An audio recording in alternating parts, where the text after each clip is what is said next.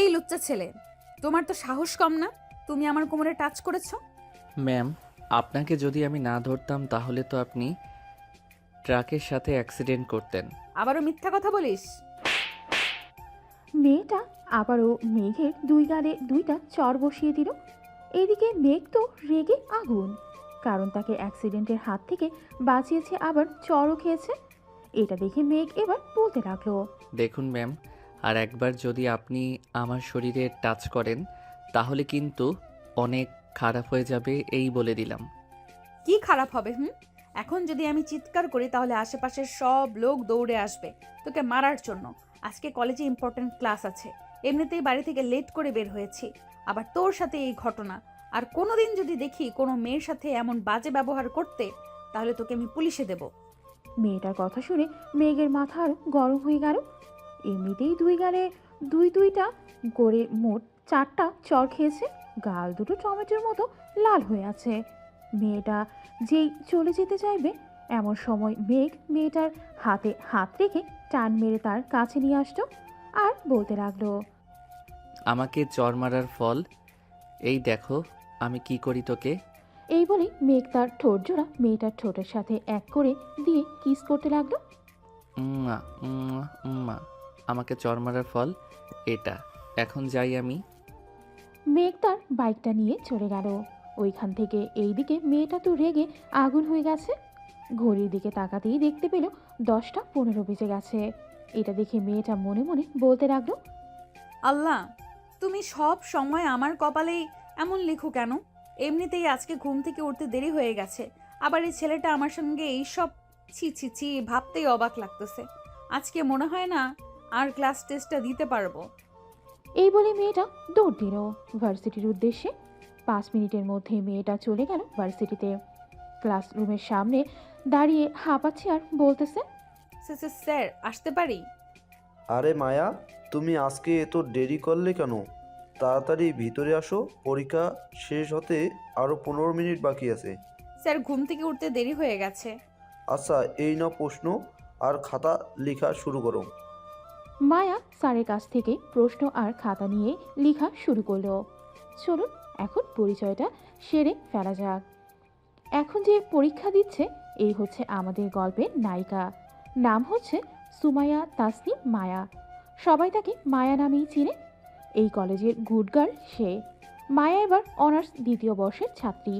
এখন গল্পে ফেরা যাক, আস্তে আস্তে সব জানতে পারবেন। এখন চলেন আমাদের নায়কের কাছ থেকে ঘুরে আসি। এদিকে মায়া পরীক্ষা দিতে থাকুক। কি রে মেঘ, তোর গাল দুটো এরকম টমেটোর মতো লাল হয়ে আছে কেন? কেউ কি তোকে আদর করেছে নাকি?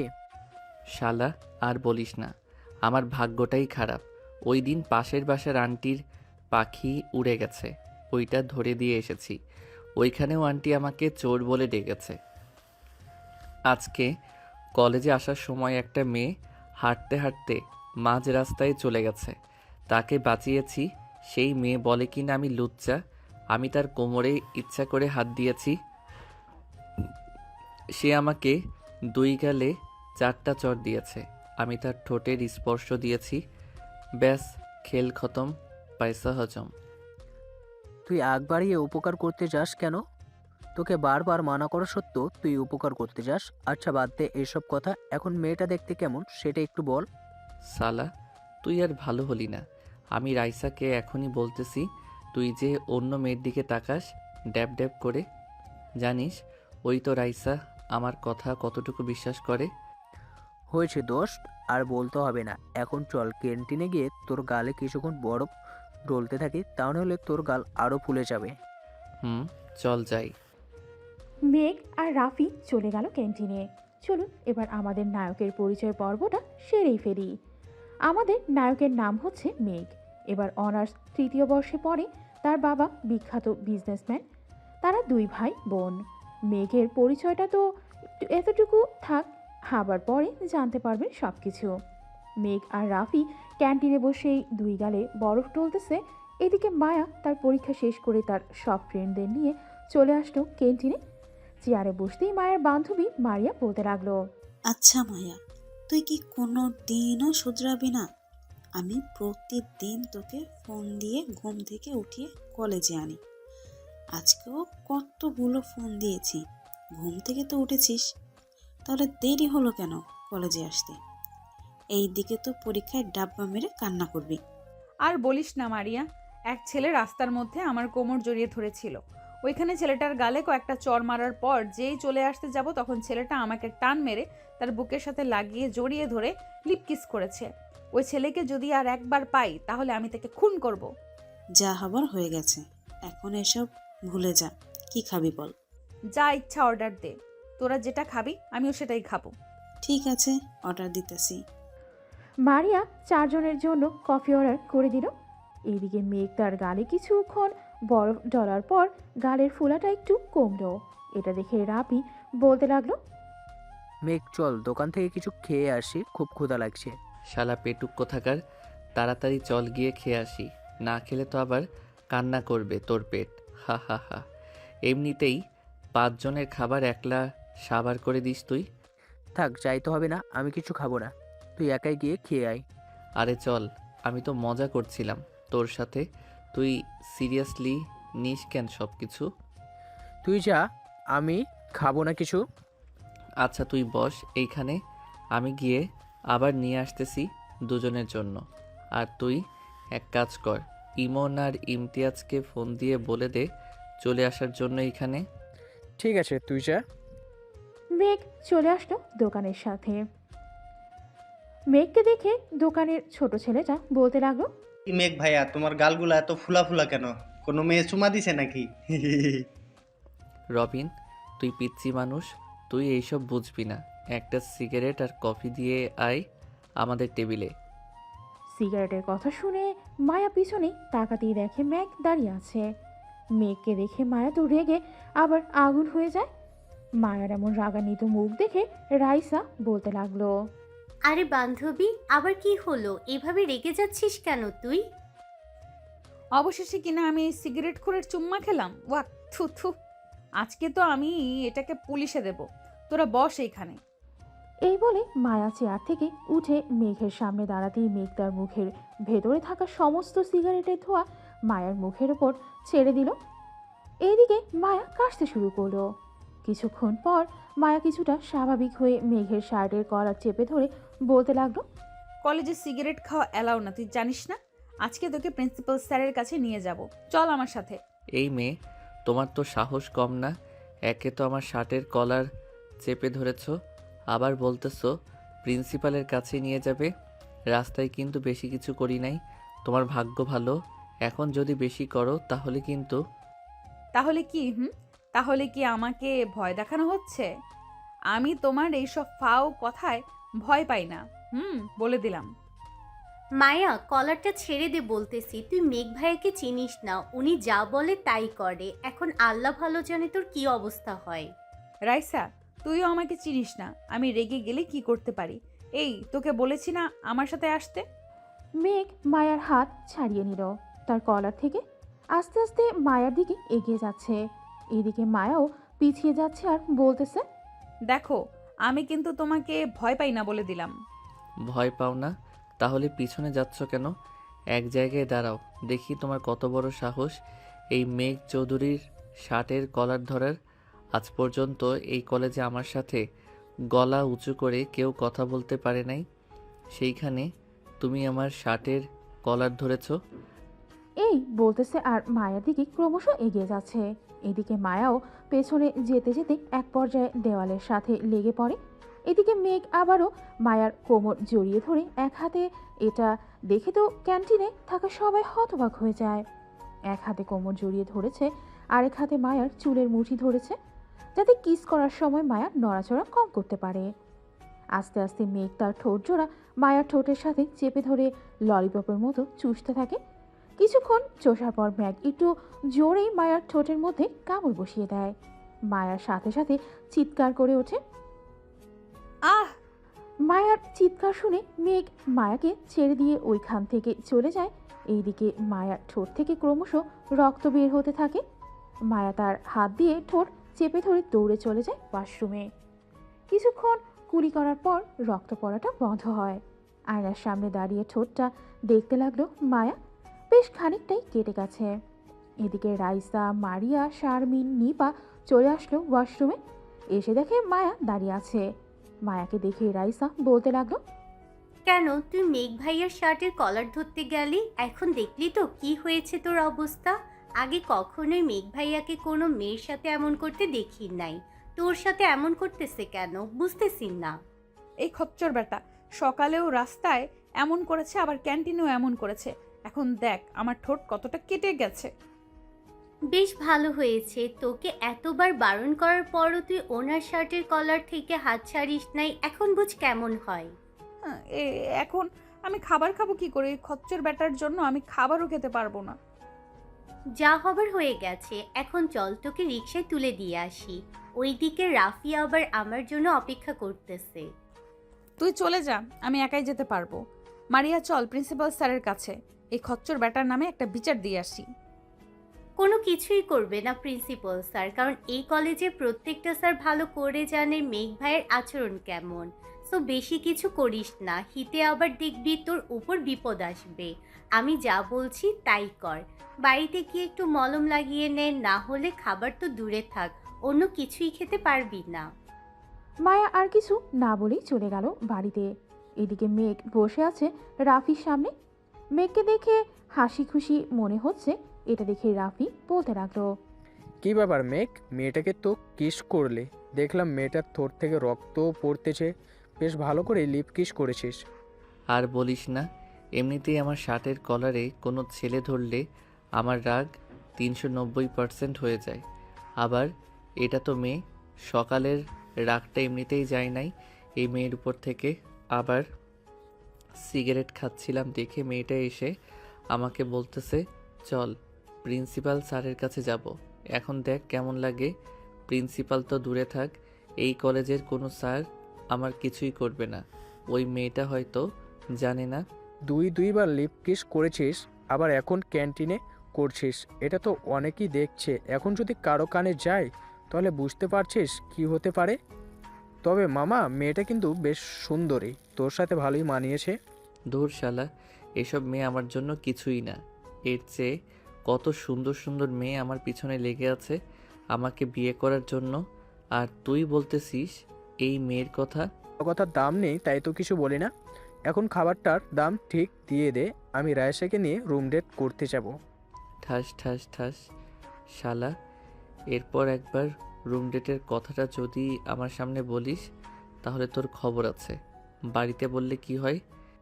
আমার বাড়িতে বলেছি, আব্বু আম্মু রায়সার বাড়িতে গিয়েছিল, কিন্তু রায়সার আম্মু আব্বু মানা করে দিয়েছে। আমি রায়সাকে ছাড়া কোনো ভাবতেই থাকতে পারবো না। দোষ, প্লিজ তুই কিছু একটা কর। তাই বলে রুম ডেট করবি? রাইসা কোথায়? রাইসাকে ফোন দিয়ে বল আসার জন্য। আমি রাইসার সাথে কথা বলতেছি, দেখি রাইসা কি বলে। ভাইয়া আমি চলে এসেছি, বলেন কি বলবেন। রাফি তোমার সাথে রুম ডেট করতে চাই, এখন তুমি কি চাও? ভাইয়া বাসা থেকে মেনে নিতেছেন না। রাফি আমাকে রুম ডেটের কথা বলে নাই, আমি রাফিকে রুম ডেটের কথা বলেছি। আমার পেটে বেবি হলে নিশ্চয়ই বাসা থেকে মেনে নিবে, আমি জানি। রাফি তো একটা ভালো ছেলে, তাহলে তোমার আব্বু আম্মু মেনে নিল না কেন? এটা জানো না নাকি? আমি কিছুই জানি না ভাইয়া, আমি রাফিকে ছাড়া বাঁচবো না, আপনি কিছু একটা করেন। এটা জানো নাকি? ঠিক আছে, আমি দেখছি কি করা যায়। আজকে সন্ধ্যায় আমি তোমাদের বাড়িতে যাব, তোমার আম্মু আব্বুর সাথে কথা বলবো, দেখি ওনারা কি বলে। ঠিক আছে। আর ভাইয়া সরি, মায়া আপনার শার্টের কলার ধরার জন্য। মায়া হয়তো একটু বেশি রাগী, কিন্তু ওর মনটা অনেক ভালো। কেমন ভালো তা তো দেখলাম, রাস্তায় ওনাকে অ্যাক্সিডেন্টের হাত থেকে বাঁচিয়েছি, আর উনি আমাকে দুই গালে চড় তো মেরেছে, আবার আমাকে বলেছে লুচ্চা। আপনার গাল কিন্তু এখনো টমেটোর মতো লাল হয়ে আছে। রাফি তোর গার্লফ্রেন্ডকে নিয়ে আমার সামনে থেকে যা তো, কখন জানি তোদের দুইজনের উপর ঝাঁপিয়ে পড়ি আমি। একটা কথা ভাইয়া, মায়ার সাথে কিন্তু আপনাকে মানিয়েছে বেশ, আর কিসটা কিন্তু দারুণ ছিল। এই বলে রাইসা হাসতে হাসতে রাফিকে নিয়ে চলে গেল ওইখান থেকে। এইদিকে মেঘ তার বাইকটা নিয়ে চলে আসলো বাসায়। কলিং বেল দিতেই তার বোন এসে দরজা খুলে দিল। মেঘকে একবার ভালোভাবে পর্যবেক্ষণ করে বলতে লাগলো, ভাইয়া আজকে তোমাকে দেখে মনে হচ্ছে অনেক খুশি খুশি। আর এখন কয়টা বাজে? মাত্র 12টা। তুমি তো প্রতিদিন 3টার পর আসো, আজকে আগে আসার কারণ কি? আমি কি আমার বাড়িতে আসতে পারি না নাকি? কলেজে ভালো লাগছিল না তাই চলে এসেছি। আর তুই এত প্রশ্ন করতেছিস কেন? তুই পিচ্চি মানুষ, পিচ্চির মতো থাকবি। তা তো থাকবই আমি। এখন কথা হচ্ছে তোমার গাল দুটো এত বড় বড় হয়ে আছে কেন? আর 2 গালে 5 আঙ্গুল করে দাগ বসা। কেউ কি তোমাকে আদর করেছে নাকি? মার্জিয়া, এখন কিন্তু তোকে মারবো অনেক। তুই অনেক পাকা পাকা কথা বলতে শিখে গেছিস। ওরে আমার উত্তম পুরুষ, তুমি আমার কাছে যাই লুকাও না কেন, এই পিচ্চির চোখ ফাঁকি দিতে পারবে না কখনোই। আগে বলো, আমার ভাবি দেখতে কেমন? তোর আবার ভাবি আসলো কোথায় থেকে? যার ঠোঁটে লিপ কিস করেছো সেই তো আমার ভাবি, তাই না? এখন ফটাফট বলে ফেলো, আর না বললে তো নতুন সিরিয়াল আছেই। আব্বু, আব্বু, তুমি কোথায়? দেখে যাও ভাইয়া কি করেছে। এই মার্জিয়া, চুপ চুপ, ওই বলতেছি। এই তো লাইনে এসেছো, এখন বলে ফেলো ফটাফট। ওইটা তোর ভাবি না, জাস্ট মিস্টেক। তবে তোর ভাবি হলে মন্দ হয় না। মেয়েটা দেখতে অনেক সুন্দর, তোর মতোই কিউট আছে অনেক। তা চলবে। তাহলে চলবে। এখন যাও, ফ্রেশ হয়ে আসো। বাসায় কেউ নেই, আব্বু আম্মু অফিসে গেছে। আচ্ছা, তুই একটু বস, আমি ফ্রেশ হয়ে আসতেছি এখন। এই বলে মেঘ চলে গেল ফ্রেশ হতে। মার্জিয়া হচ্ছে মেঘের ছোট বোন, বয়স তার 13। মার্জিয়া বসে বসে গেম খেলতেছে ফোনে। বেশ কিছুক্ষণ পর মেঘ আসলো নিচে। দুইজন মিলে দুপুরের খাবার খেয়ে নিল। খাওয়া দাওয়া শেষ করে বসে টিভি দেখতেছে। এমন সময় মেঘের ফোনটা বেজে উঠল। তাকিয়ে দেখে রাফি ফোন দিয়েছে। কলটা রিসিভ করতে ওই পাশ থেকে রাফি বলতে লাগলো, মেঘ কোথায় যাচ্ছিস? একটু নদীর পাড়ে আয় তো, সবাই এসেছে এখানে। আচ্ছা, আমি আসতেছি, 10 মিনিট অপেক্ষা কর। এই বলে মেঘ ফোনটা কেটে দিয়ে মার্জিয়াকে বলে চলে গেল বাহিরে। বাইকটা নিয়ে সোজা চলে আসলো নদীর পাড়ে। এসে দেখে সবাই বসে আছে। সবাইকে দেখে মেঘ বলতে লাগলো, কি ব্যাপার, সবাই এইখানে বসে আছো যে? কলেজে কোনো সমস্যা হয়েছে নাকি? না ভাই, তেমন কোনো সমস্যা হয়নি। তবে আমাদের কলেজের সবাই বলতেছে যে একটু ঘুরতে যাবে। এখন আমরা তো আর আপনাকে না বলে কিছু ব্যবস্থা করতে পারি না। তাই আপনার রাফি ভাইকে ফোন দিয়ে বলেছিলাম, উনি আমাদের এইখানে ডেকেছে। এখন ট্যুরে যাবে তোমরা সবাই? জি ভাই। আচ্ছা, তোমরা কতজন আছো এখানে, বা কতজন যেতে চাও আমাকে একটু জানিয়ে দিও। আমি সেই হিসাবে একটা বাস না হয় ভাড়া করে দিব। ভাই, আমাদের পুরো কলেজ যাবে। আমরা প্রিন্সিপাল স্যারকে বলেছি, উনি বলেছে আপনার সাথে কথা বলার জন্য। আজকে রাতে যদি সিদ্ধান্ত দেন তাহলে আমাদের কলেজের একটা গ্রুপ আছে, ওইখানে একটা পোস্ট করব। যারা যারা যাবে তারা সবাই ইনবক্স করবে। আমরা তাদের নাম নিয়ে একটা লিস্ট তৈরি করে ফেলবো। তাহলে তো ভালোই হয়। তো তোমরা লিস্ট তৈরি করো, রাত 1টায় বা 2টায় আমাকে জানিয়ে দিবে। পরে আমি সেই হিসেবে টিকিট কাটবো। আর একটা কথা ছিল ভাই। আর কি কথা? যা যা বলা দরকার তা তো বলেই দিয়েছো। আসলে ভাই, আমাদের গার্লফ্রেন্ডদের সিটটা একসাথে দিলে একটু ভালো হতো। এখন আপনি যা বলেন তাই হবে। ও আচ্ছা, এই ব্যাপার তোমাদের। তাহলে তো যাওয়া যাবে না। আমার তো গার্লফ্রেন্ড নেই, আমি একা কার সাথে যাব? ভাই প্লিজ এমন করবেন না। আমরা না হয় ওই মায়াকে আপনার সাথে দিয়ে দিব। আজকে যেই মেয়েকে আপনি ক্যান্টিনে লিপকিস করছেন তাকে। ভাই তোমরা যাও, আমি যাব না, আমি ব্যবস্থা করে দিতেছি। আরে এমন করিস কেন? সবাই যখন বলতেছে তাহলে চল না। অনেক দিন তো হলো কোথাও ঘুরতে যাই না, আজকে নয় ঘুরে আসি চল। ঠিক আছে, তবে আমি ওই মেয়ের সাথে বসবো না, অন্য কোথাও বসবো। ঠিক আছে, যেখানে ইচ্ছা ওইখানে বসে পড়িস, আমরা আমাদের জায়গা পাইলেই চলে। এখন তোমরা গ্রুপ পোস্ট করে দাও, রাতে জানিয়ে দিব আমাদের, তাহলেই হলো। ঠিক আছে ভাই, এখন তাহলে আমরা যাই, গিয়ে লিস্ট তৈরি করি। আর ভাড়া কত করে নিব সবার কাছ থেকে? কোথায় যাবে এটাই তো সিলেক্ট করো নাই, তাহলে ভাড়া আমরা সিলেক্ট করব কিভাবে? মেঘ, তুই একটা জায়গার নাম বল যেখান থেকে ঘুরে আসি। আমাদের ট্যুরটা হবে 3 দিনের। রাতের দিকে সবাই বাসে উঠবো, সকালে পৌঁছে যাব সিলেট। সারাদিন ঘোরাঘুরি করে রাতে বাসে খাওয়া দাওয়া করে আবার রওনা দিব রাজবাড়ির উদ্দেশ্যে। ওইখানে থাকবো একদিন। পরের দিন সকালে আমরা রওনা দিব নীলক্ষা ইউনিয়নের দিকে। শুনেছি ওই জায়গাটা অনেক সুন্দর। সো তোমরা কি বলো? ঠিক আছে ভাই, এটাই ফাইনাল। তাহলে আমরা বাস ভাড়া 2000 করে ধরি। আচ্ছা এটাই ধরো, রাতে আমি গাড়ির ড্রাইভারদের সাথে কথা বলে দাম ফুরিয়ে নিব, পরে না হয় ভাড়া কমলে কমানো যাবে। সবাই চলে গেল। এইদিকে মেঘ, রাফি এবং আরও কয়েকজন বন্ধুর সাথে আড্ডা দিয়ে চলে আসলো বাসায়। রাতে খাওয়া দাওয়া করে ফোন দিল ড্রাইভারকে। 5টা বাস ভাড়া করে নিল 5 লক্ষ টাকা দিয়ে। আরও 50,000 টাকা রাখলো শুধু রাতের খাবারের জন্য। রাত 2টা এমন সময় ফোন দিল সাইফুল। কলটা রিসিভ করতে মেঘ বলতে লাগলো, হ্যালো সাইফুল, সবার লিস্ট তৈরি করেছো তো? জি ভাই, সবার তৈরি করেছি। আপনি আবার ফোন দিয়ে বলেছিলেন 1500 করে নেওয়ার জন্য। এখন মোট 725 জন যাবে। মোট টাকা উঠেছে 10,87,500 টাকা। তাহলে তো আমাকে আরও 3টা বাস বলতে হবে। আচ্ছা আমি বলতেছি এখনই।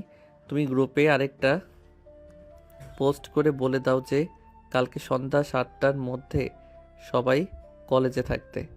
আমি গিয়ে সবার লিস্ট বলে দিব, তোমরা সবাই উঠে যাবে। ঠিক আছে ভাই। সাইফুল ফোনটা কেটে দিল। এদিকে মেঘ আর রাতে না জেগে ঘুমিয়ে গেল। সকাল 10টায় ঘুম ভাঙল মার্জিয়ার ডাকে। মেঘ উঠে ফ্রেশ হয়ে চলে গেল কলেজে। শিমুল গাছের নিচে দাঁড়িয়ে আছে মেঘ। এমন সময় দেখতে পেল মায়াকে গেট দিয়ে কলেজের ভেতর প্রবেশ করতেছে। এটা দেখে মেঘ রাইসাকে উদ্দেশ্য করে বলল, রাইসা তোমার বান্ধবী, ও কি যাবে আমাদের সাথে? জি ভাইয়া, আমি তো ভাবতেছি মায়াকে আপনার সাথে বসিয়ে দিব। এখন আপনি যদি চান। ঠিক আছে, তোর বান্ধবীকে আমার পাশেই বসিয়ে দিও, কোনো সমস্যা নেই। এখন তাকে ডাক দিয়ে জিজ্ঞাসা করো ঠোঁট কেমন আছে। আর ঠিক আছে, ডাক দিচ্ছি। রাইসা দৌড়ে গিয়ে মায়াকে ডেকে আনলো। এদিকে মায়া মেঘের পাশে দাঁড়াতেই মেঘ একবার মায়ের দিকে তাকিয়ে মুচকি হাসি দিয়ে প্রিন্সিপাল স্যারকে উদ্দেশ্য করে বলতে লাগলো, প্রিন্সিপাল স্যার, আমরা তো 3 দিনের ট্যুরে যাচ্ছি। আপনি সবাইকে ভালো করে বলে দেন যে যদি কোথাও কোনো বিপদ হয় তাহলে বলবেন, সাথে এই নাম্বারগুলোতে ফোন দিতে। সবাই নাম্বারগুলো তুলে ফেলেন। মেঘ, আমার মান সম্মানটা রেখো তুমি। এতজন ছাত্রছাত্রী নিয়ে যাইতেছি, যাতে কারো কোনো বিপদ না হয়, কারো কোনো সমস্যা না হয়। আপনি কোনো চিন্তা করবেন না স্যার, আপনারা তো যাইতেছেন আমাদের সাথে। প্রত্যেকটা বাসে 2 জন করে স্যার আর 2 জন করে ম্যাডাম থাকবেন। যদি কোনো সমস্যা হয় আমাকে ফোন দিতে বলবেন। এখন সবাই বাড়িতে চলে যাও, সবার সব কিছু গুছিয়ে 7টার মধ্যে চলে আসবে সবাই। আমরা 4টায় এইখানে থেকে গাড়ি ছাড়বো ইনশাল্লাহ। মেঘের কথা শুনে সবাই চলে গেল। সন্ধ্যা 6টা। মেঘ বসে আছে কলেজে। প্রত্যেক বাসে সিট নাম্বার আছে। ওই নাম্বারগুলো দিয়ে দিতেছে আর সবাইকে উঠাচ্ছে বাসে। সবাইকে উঠানো শেষ হতেই মেঘও বাসে উঠে পড়ল। সকলকে পানির বোতল আর বিরিয়ানির প্যাকেট দিয়ে দিল। এদিকে মেঘ মায়ার পাশের সিটে বসতেই মায়া দাঁড়িয়ে গেল আর বলতে লাগলো, অন্য কোথাও জায়গা নেই, সো চুপচাপ বসে খাবার খান। আর কালকের জন্য সরি, আমি ইচ্ছে করে আপনাকে ওইভাবে কিস করতে চাই নাই। হয়েছে, আর কিচ্ছু বলতে হবে না। আমার ঠোঁট তো কেটেই ফেলেছেন, এখন আমি খাবারও খেতে পারছি না। বিরিয়ানিটা কোনো রকমে খেয়ে নেন। আর এই বেগে আপনার জন্য কিছু চিপস আর আপনার কিছু পছন্দের জিনিস আছে। তার মানে আপনি ইচ্ছে করে আমাকে আপনার পাশে বসিয়েছেন? আপনাকে ইচ্ছে করে বসিয়েছি, সমস্যা হলে বলেন, আমি দাঁড়িয়ে দাঁড়িয়ে যাব। আমার সমস্যা আছে, আপনি দাঁড়িয়ে দাঁড়িয়ে যান। মেঘ আর কোনো কথা না বলেই সিট থেকে উঠে দাঁড়িয়ে গেল। উপরে হ্যাঙ্গারে হাত দিয়ে দাঁড়িয়ে আছে আর এইদিকে বাস চলতেছে তার আপন মনে। কয়েক ঘন্টা চলে গেল, কিন্তু মায়া এখনও বলে নাই যে মেঘকে তার সিটে বসতে। রাত প্রায় 2টা। মেঘ এখনও দাঁড়িয়ে আছে আর সবাই ঘুমাচ্ছে। মায়াও ঘুমাচ্ছে। জানালাটা হালকা খোলা থাকার কারণে বাতাসটা মায়ার মুখের উপর এসে পড়তেছে। মায়ার চুলগুলো এলোমেলো হয়ে তার মুখের উপরে এসে পড়েছে।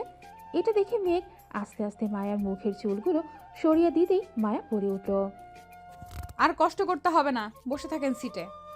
মায়ার মুখের কথা শুনে মুখ থতমত খেয়ে গেল আর বলতে লাগলো, আপনি এখনো ঘুমান নাই? আমি জানি তো আপনি এমন করবেন, তাই আর ঘুমাই নাই। বসে পড়েন, আর কষ্ট করতে হবে না, অনেক কষ্ট করেছেন। মেঘ বসে পড়ল মায়ার পাশের সিটে। বেশ কিছুক্ষণ পর মায়াও ঘুমিয়ে গেল। এদিকে মেঘ এক দৃষ্টিতে তাকিয়ে আছে মায়ার দিকে। বাতাসে মায়ার চুলগুলো উঠতেছে। জ্যোৎস্না মাখা চাঁদের আলো। মায়ার মুখের ওপরে পড়তেই আরও বেশি সুন্দর লাগছে মায়াকে। মেঘ আস্তে আস্তে মায়ার ঠোঁটের দিকে ক্রমশ এগিয়ে যাচ্ছে। এমন সময় ড্রাইভার গাড়িটা জোরে ব্রেক করতেই মেঘের ঠোঁট জোড়া মায়ার ঠোঁটের সাথে লেগে গেল। এদিকে মেঘ ভাবতেও পারে নাই যে এমন ঘটনা ঘটবে। মেঘের ঠোঁট জোড়া মায়ার ঠোঁটের সাথে লাগতেই মায়ার ঘুমটা ভেঙে গেল। আর মেঘের দিকে রাগী চোখ নিয়ে তাকিয়ে বলল, আপনি সত্যি একটা লুচ্চা ছেলে। আপনার সাথে বসাই আমার অপরাধ হয়েছে। কালকে আর আপনার পাশে বসবো না। সরি, আসলে একদম চুপ, আর কোনো কথা শুনতে চাই না। মায়া মেঘের গালে চড় মারতেই মেঘ উঠে দাঁড়িয়ে গেল আবার আগের মতো। ফজরের আজানের সাথে সাথেই সবগুলো গাড়ি এক সিরিয়ালে সিলেটে ঢুকলো। সকাল 7টা। সবাই ফ্রেশ হয়ে হোটেল থেকে খাওয়া দাওয়া করে যে যার মতো ঘুরতে থাকলো। এদিকে মেঘ বসে আছে, কারণ সে এই জায়গায় আরও কয়েকবার এসেছে, আর তাই বাইরে যায় নাই, বাসের মধ্যেই ঘুমাচ্ছে। এদিকে মায়া, মারিয়া, শারমিন তিনজন একসাথে ঘোরাঘুরি করতেছে। ঘোরাঘুরি করতে করতে মারিয়া মায়াকে উদ্দেশ্য করে বলতে লাগলো, কিরে মায়া, তোকে দেখে মনে হচ্ছে তুই কারোর ওপর অনেক রেগে আছিস, মুখ লাল হয়ে আছে। আর বলিস না, একটা লাফাঙ্গা লুচ্চা ছেলেকে আমার পাশে বসিয়েছে। সে রাতে আবারও আমার ঠোঁটে চুমু খেয়েছে। হয়তো মেঘ ভাইয়া তোকে পছন্দ করে, তাই এমন করে। সে পছন্দ করলেও আমি কখনোই তাকে পছন্দ করব না। সে 1 নম্বরের লুচ্চা।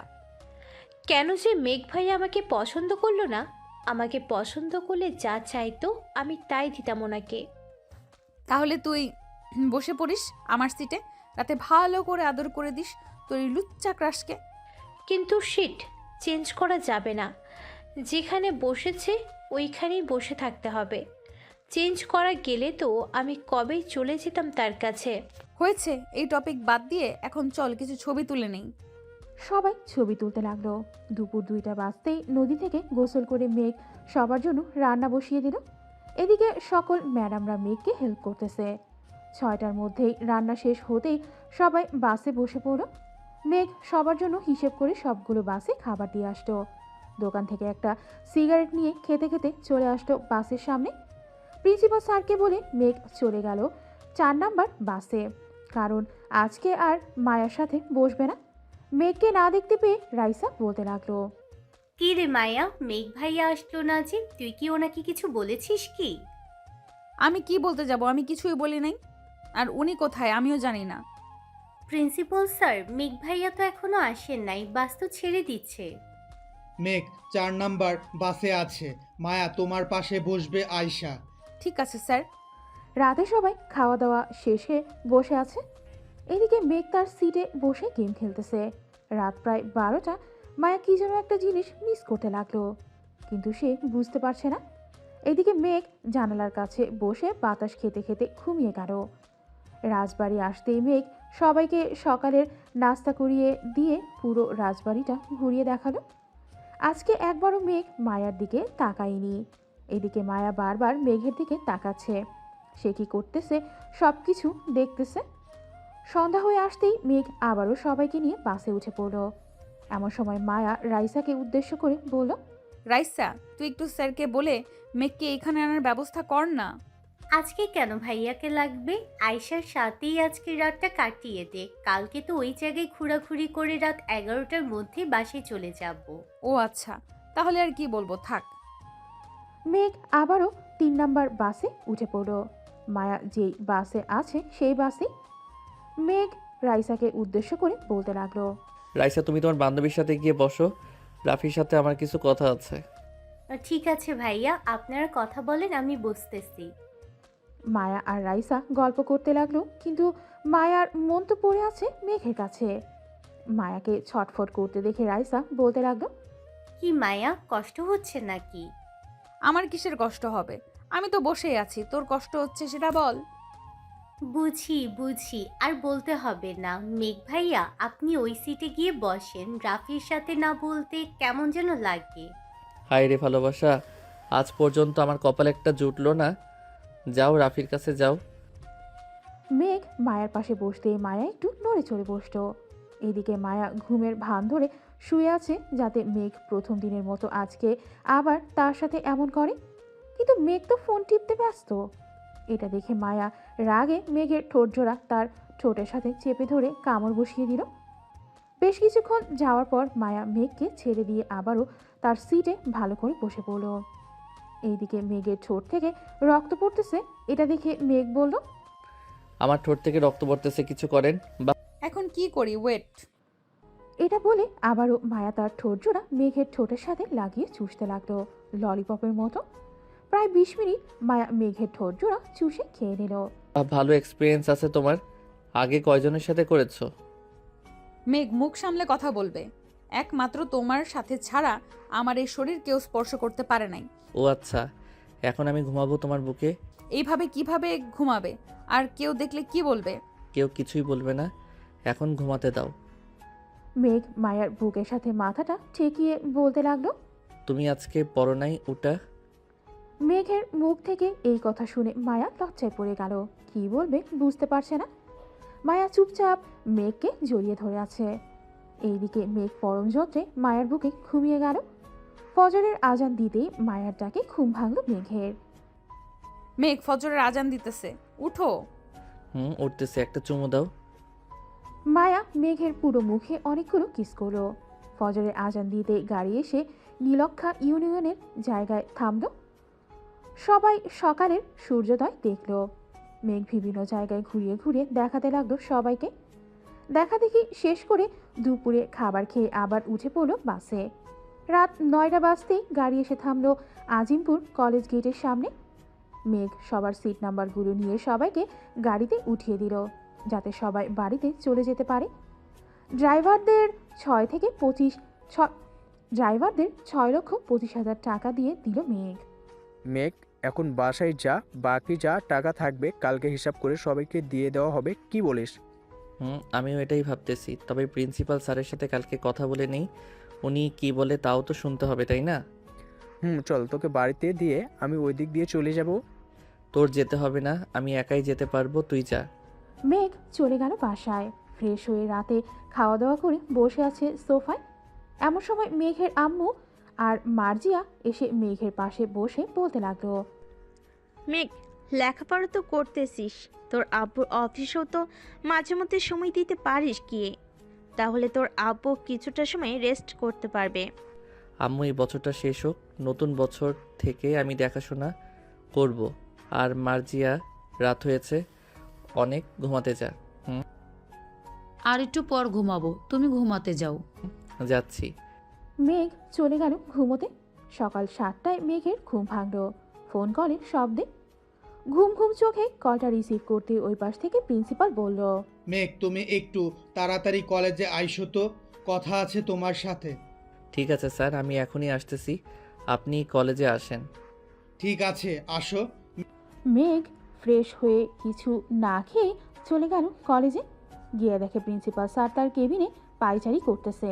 প্রিন্সিপাল স্যারকে পায়চারি করতে দেখে মেঘ বলল, কি হয়েছে স্যার?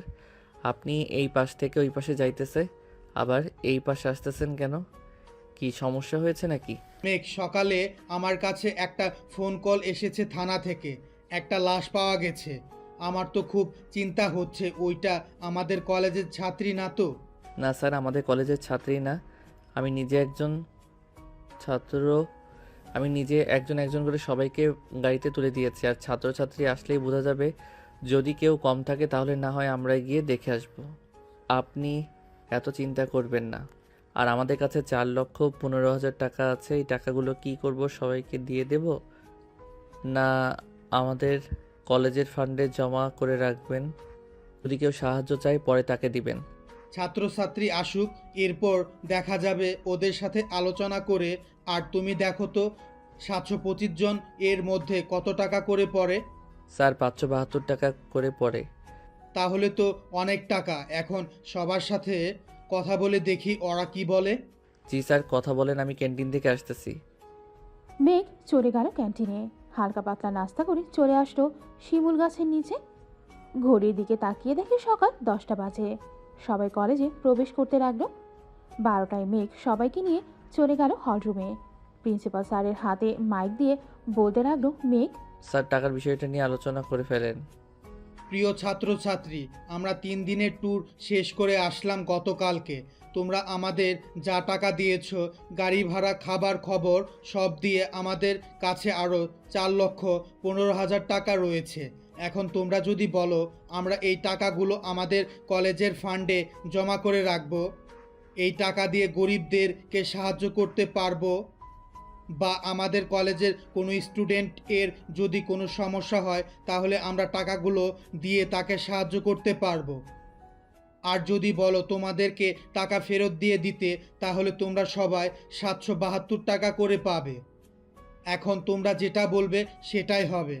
স্যার, এই টাকাগুলো আমাদের কলেজের ফান্ডে রেখে দেন। আমরা 2,000 টাকা দিয়ে ঘুরতে যেতে পারবো। 500 টাকা গরিবকে দিতে পারবো না, তা হতে পারে না। টাকাগুলো ফান্ডে রেখে দেন। ধন্যবাদ তোমাদের। আর তোমরা এখন বাড়িতে চলে যাও, রেস্ট করো 2-1 দিন। আমরা কয়েকদিন 1টা পর্যন্ত ক্লাস করিয়ে ছুটি দিয়ে দেব। প্রিন্সিপাল স্যারের কথা শেষ হতেই সবাই এক এক করে চলে গেল বাসায়। এইদিকে মায়া অপেক্ষা করতেছে মেঘের জন্য। মেঘ বাহিরে আসতেই মায়া বলল, কি ব্যাপার লুচ্চা মশাই? কলেজে তো বেশ সাধু সাধু ভাব নিয়ে থাকেন, আমার কাছে আসলেই কেন লুচ্চামি শুরু করেন? তোমার কাছে করব না তো কার কাছে করব? ওই শারমিনের কাছে? আমার কাছ থেকে যেতে পারলে তো করবি, অন্যজনের সাথে। চল এখন কোথায় থেকে ঘুরে আসি। ঠিক আছে চলো। মেঘ মায়াকে নিয়ে চলে আসলো একটা সুন্দর কফি শপে। দুইজন বসে গল্প করতেছে আর কফি খাচ্ছে। মেঘ, আমি তোমাকে ভালোবেসে ফেলেছি এই কয়দিনে। মাত্র তো 5 দিন হলো। এই 5 দিন এত ভালোবাসা আসলো কোথায় থেকে? এখন যদি আমি তোমাকে ছেড়ে দেই, তোমার সাথে যোগাযোগ না করি, তাহলে কি করবে তুমি? সোজা তোমার বাড়িতে গিয়ে উঠবো। আর কি করব? পরে তোমার আম্মুর কাছে বলবো যে তুমি আমাকে ধর্ষণ করেছো, আমার ঠোঁটে চুমু খেয়েছো, আমার বুকে মাথা রেখে ঘুমিয়েছো। সি সি সি, তুমি তো দেখি ঘাটতারা মাইয়া। আল্লাহ কেন যে তোমার সাথে দেখা করিয়ে দিল। আমি যে তোমার কপালে জুটেছি এটাই অনেক। তোমার মতো লুচ্চা বেটাকে কে বিয়ে করবে বলো তো? কেন শারমিন করবে বিয়ে? হা হা হা হা। মেঘ এই কথাটা বলতেই মেঘের ঠোঁটে আবারও মায়া কামড় দিতে থাকে। বেশ কয়েকবার কামড় দিতেই মেঘ মায়ার শরীরে হাত দিল। এত নরম কেন এটা? লুচ্চা বেটা, হাত কয় দাও, হাত কিন্তু ভেঙে দিব। হ্যাঁ, বললেই হলো নাকি? আমার জিনিসে তুমি হাত দিবে আর আমি তোমাকে ছেড়ে দিব নাকি? মেঘ মায়ার সাথে কিছুক্ষণ দুষ্টুমি করে মায়াকে তার বাসায় নামিয়ে দিয়ে চলে গেল বাড়িতে। কলিং বেল দিতেই মেঘের আব্বু এসে দরজা খুলে দিল। মেঘ তার আব্বুকে ভীষণ ভয় পায়। আব্বু, তুমি এই সময় বাড়িতে? কাজ নেই তা বাড়িতে? তুই মধুমিতা কফি শপে এগিয়ে গেছিলি তাই না রে? তোমাকে কে বললো আমি মধুমিতা কফি শপে গিয়েছিলাম? যাই বলুক না কেন, এইসব কি? মেঘের দিকে ফোনটা এগিয়ে দিয়ে বলল। মেঘ যে মায়াকে জড়িয়ে ধরে বসেছিল ওই পিকটা কে যেন তুলে তার বাবার কাছে পাঠিয়েছে।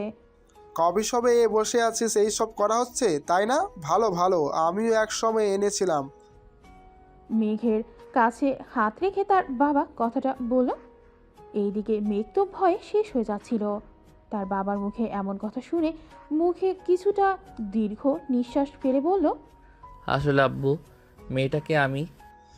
আর বলতে হবে না, বুঝে গেছি আমি। কালকে একবার নিয়ে আসিস তো দেখবো আমরা। পরে না হয় তুই বিজনেসম্যানটাকে কিছু বুঝে নিস, তখন বিয়েটা দিয়ে দেব। ঠিক আছে আব্বু, এখন যাই তাহলে আমি। মেঘ চলে গেল তার রুমে ফ্রেশ হয়ে খাওয়া দাওয়া করে সোফায় বসে টিভি দেখতেছে। এমন সময় মার্জি এসে কানে কানে মেঘকে বলতে লাগলো, ভাইয়া, নিচে ভাবি এসেছে। তুমি যার পিক দেখিয়েছিলে সে এইখানে আসলো কি করে? আমি জানি না, তবে আমার কাছে একটা প্ল্যান আছে। সেটা হচ্ছে আমি তাকে বলবো না আমি তোমার বউ। সে দেখি কি বলে। তুমি ঘরে গিয়ে লুকিয়ে পড়ো। ঠিক আছে, তাহলে তুই থাক, আমি যাই এখন। মেঘ তার রুমে গিয়ে লুকিয়ে পড়ল।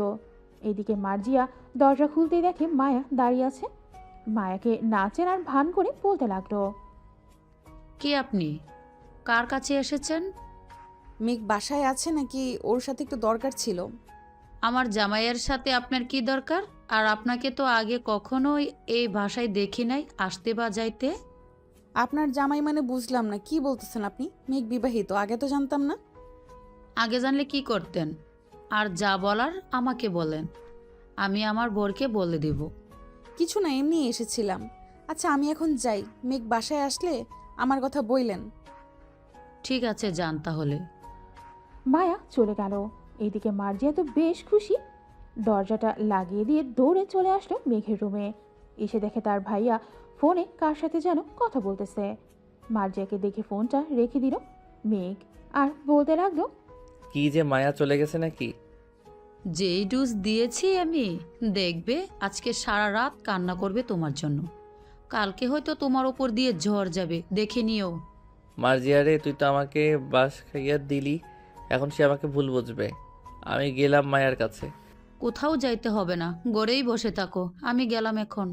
মার্জিয়া তার ভাইয়ার রুম থেকে বের হওয়ার সময় দরজাটা লাগিয়ে দিয়ে যায়, যাতে তার ভাইয়া ঘর থেকে বের না হতে পারে। এদিকে মায়া তার বাড়িতে এসে দরজাটা লাগিয়ে দিয়ে কান্না করতে লাগলো। এদিকে মায়ার আম্মু হঠাৎ তার মেয়ের এমন পরিবর্তন দেখে বেশ অবাক হলো। মায়ার রুমের দরজার সামনে এসে দাঁড়িয়ে বলতে লাগলো, কি হয়েছে মায়া? হঠাৎ বাহির থেকে এসে দরজা লাগিয়ে দিলি কেন? দরজা খোল মা, কি হয়েছে আমাকে বল, না বললে সমাধান করব কিভাবে? যাও তো এখান থেকে, আমাকে বিরক্ত করবে না বলে দিলাম। মায়ার কথা শুনে মনিরা বেগম চলে গেল নিচে। এইদিকে মায়া বালিশে মুখ গুজে কান্না করতেছে আর বলতেছে, আমাকে কেন ধোকা দিলে মেঘ? আমি কখনোই তোমার কাছে এমনটা আশা করি নাই। তোমার বউ থাকা সত্ত্বেও কেন তুমি আমার সাথে এমনটা করলে? আমি যে থাকতে পারছি না তোমাকে ছাড়া। মায়া কথাগুলো বলতেছে বালিশে মুখ গুজে। এদিকে মায়ার ফোন ক্রমশ বেজেই যাচ্ছে, কিন্তু মায়া ফোন তুলতেছে না। এটা দেখে মেঘ বেশ ঘাবড়ে যায়। রাইসার নাম্বারটা বের করে ফোন দিল রাইসাকে। কয়েকবার রিং হতেই রাইসা ফোনটা রিসিভ করলো। হ্যালো রাইসা, তুমি তাড়াতাড়ি মায়াদের বাড়িতে যাও। মায়া আমার ফোন তুলতেছে না। কেন ভাইয়া, কি হয়েছে? সারাদিন তো ভালোই ছিল, হঠাৎ মায়া এমন করছে কেন? তুমি যাও মায়াদের বাড়িতে, গেলেই মায়া সব বলবে হয়তো তোমাকে। ঠিক আছে ভাইয়া, আমি যাইতেছি এখনই। রাইসা ফোনটা কেটে দিয়ে রেডি হয়ে চলে গেল মায়াদের বাড়িতে। কলিং বেল দিতে মায়ের আম্মু এসে দরজা খুলে দিল। রাইসাকে দেখে মায়ের আম্মু বলতে লাগলো, রাইসা, একটু দেখো তো মায়া কেন কান্না করতেছে। আমি কিছুক্ষণ ডেকে এসেছি, কিন্তু দরজা খুলতেছে না। আবার কিছু হয়ে যায় নাই তো মায়ার? কিছুই হবে না আন্টি, আমি যাইতেছি এখনই। এই বলে রাইসা চলে আসলো মায়ার রুমের সামনে। দরজায় কয়েকবার ঠকঠক করতেই মায়ার রাগে বিছানা থেকে উঠে দরজা খুলে দেখে রাইসা দাঁড়িয়ে আছে। রাইসাকে দেখে মায়া জড়িয়ে ধরল। এদিকে মায়া কান্না করতে করতে তার চোখ মুখ ফুলে গেছে। আরে পাগলি মেয়ে, কি হয়েছে? কান্না করতেছিস কেন? রাইসা, মেঘ আমার সাথে চিটারি করেছে। ওর ঘরে বউ থাকা সত্ত্বেও আমার সাথে এইসব করেছে। কি হয়েছে আমাকে সবকিছু খুলে বলতো। তুই না বললে আমি বুঝবো কি করে কি হয়েছে। মায়া সবকিছু বলে দিল রাইসাকে। এদিকে রাইসা সবকিছু শুনে তো হাসতে হাসতে শেষ। তোর কথা শুনে আমার তো মনে হচ্ছে মাটিতে কিছুক্ষণ গড়াগড়ি করে কিছুক্ষণ হাসাহাসি করলি। তুই এভাবে হাসছিস কেন? এখন কিন্তু আমার অনেক রাগ হচ্ছে। আরে যে তোকে বলেছে মেঘের বউ, ওইটা হচ্ছে মেঘের ছোট বোন। খুব পাকা পাকা কথা বলে। একদিন তো আমার সাথেও এমন করেছে। তার মানে ওইটা মেঘের ছোট বোন? ওইটা মেঘের ছোট বোন। ওই দেখ, মেঘ আমাকে সব বলেছে ভয়েস করে। এভাবে কান্না করে নাকি কেউ চোখ মুখ ফুলিয়ে ফেলেছিস। যা ফ্রেশ হয়ে আয়। আসতেছি। তুই একটু বস, তোর সাথে কথা আছে। ওরা ভাই বোন যখন আমার সাথে গেম খেলেছে, আমরা দুইজনও তাদের সাথে গেম খেলবো। ঠিক আছে, যা ফ্রেশ হয়ে আয়, আমি বসে আছি। মায়া চলে গেল ফ্রেশ হতে। ফ্রেশ হয়ে বাহিরে এসে দুইজন একটা প্ল্যান করলো। দুইজন কি প্ল্যান করলো এটা না হয় আমরা পরেই জানতে পারবো। গল্পের সাথেই থাকুন। এখন যাই তাহলে। মায়া, তুই প্ল্যান মোতাবেক চলে আসিস। ঠিক আছে রাইসা। রাইসা চলে গেল তার বাড়িতে। এদিকে মায়া খাওয়া দাওয়া করে তার রুমে এসে কিছু ড্রেস একটা ব্যাগে ভরে নিল। এদিকে মনিরা বেগম মায়ার রুমের সামনে আসতেই দেখে মায়া ব্যাগ গোছাচ্ছে। এটা দেখে মনিরা বেগম বলতে লাগলো, কি রে মায়া, কি হয়েছে? তুই ব্যাগ গুছাচ্ছিস কেন? কোথাও যাবি নাকি? আম্মু, তোমার মেয়ের জামাইকে আনতে যাচ্ছি। তোমার মেয়ের জামাই আমাকে খুব কাঁদিয়েছে, তাই আমিও তোমার মেয়ের জামাইকে কাঁদাতে চাই। যা করবি বুঝে শুনে করবি, কিন্তু হিতে আবার বিপরীত না হয়। ঠিক আছে আম্মু, তুমি আব্বুকে বলে রেখো যাতে আমার জন্য চিন্তা না করে। আমি কিছুদিন পরেই চলে আসব। আমার সাথে প্রতিদিন একবার হলেও এসে দেখা করে যাস। ঠিক আছে আম্মু। আর তুমি বড় খালাকে বলো আমাদের বাসায় আসতে, কিছুদিন না হয় থেকে যাক, ওনারা তো বলেছিল আসবে। আমি ফোন দিয়ে দেখি তোর খালা কি বলে। এখন ঘুমিয়ে পড়। ঠিক আছে আম্মু। মনিরা বেগম চলে গেল। এদিকে মায়া সবগুলো গোছগাছ করে ঘুমিয়ে গেল। সকাল 6টায় মায়ের ঘুম ভাঙল রিংটনের শব্দে। বিছানা থেকে উঠে তাড়াতাড়ি ফ্রেশ হয়ে খাওয়া দাওয়া করে চলে আসলো রাইসাদের বাসায়। রাইসে দোয়া করিস যাতে আমার প্ল্যানটা সাকসেসফুল হয়। দুই ভাই বোনকে এমন শিক্ষা দিব এই জন্মে কেন, পরের জন্মেও আমার সাথে লাগতে আসবে না। এখন যা, মেঘদের বাসায় 10টা বেজে গেছে, নয়তো দুজনে বেরিয়ে গেছে। মেঘদের বাসায় গিয়ে ফোন দিবি আমাকে। ঠিক আছে, যাই রে তাহলে। মায়া চলে গেল মেঘদের বাসায়। কলিং বেল দিতে মেঘের আম্মু এসে দরজা খুলে দিল। মায়াকে দেখে বলতে লাগলো, এই মেয়ে, কে তুমি? এখানে কি করো? আম্মু, আমি আপনার ছেলের গার্লফ্রেন্ড। আমার নাম মায়া। আজ থেকে আমি এই বাড়িতেই থাকবো। আপনার ছেলে আর মেয়ে মিলে কালকে আমাকে অনেক কাঁদিয়েছে, এখন আমি দুজনকে কাঁদাবো।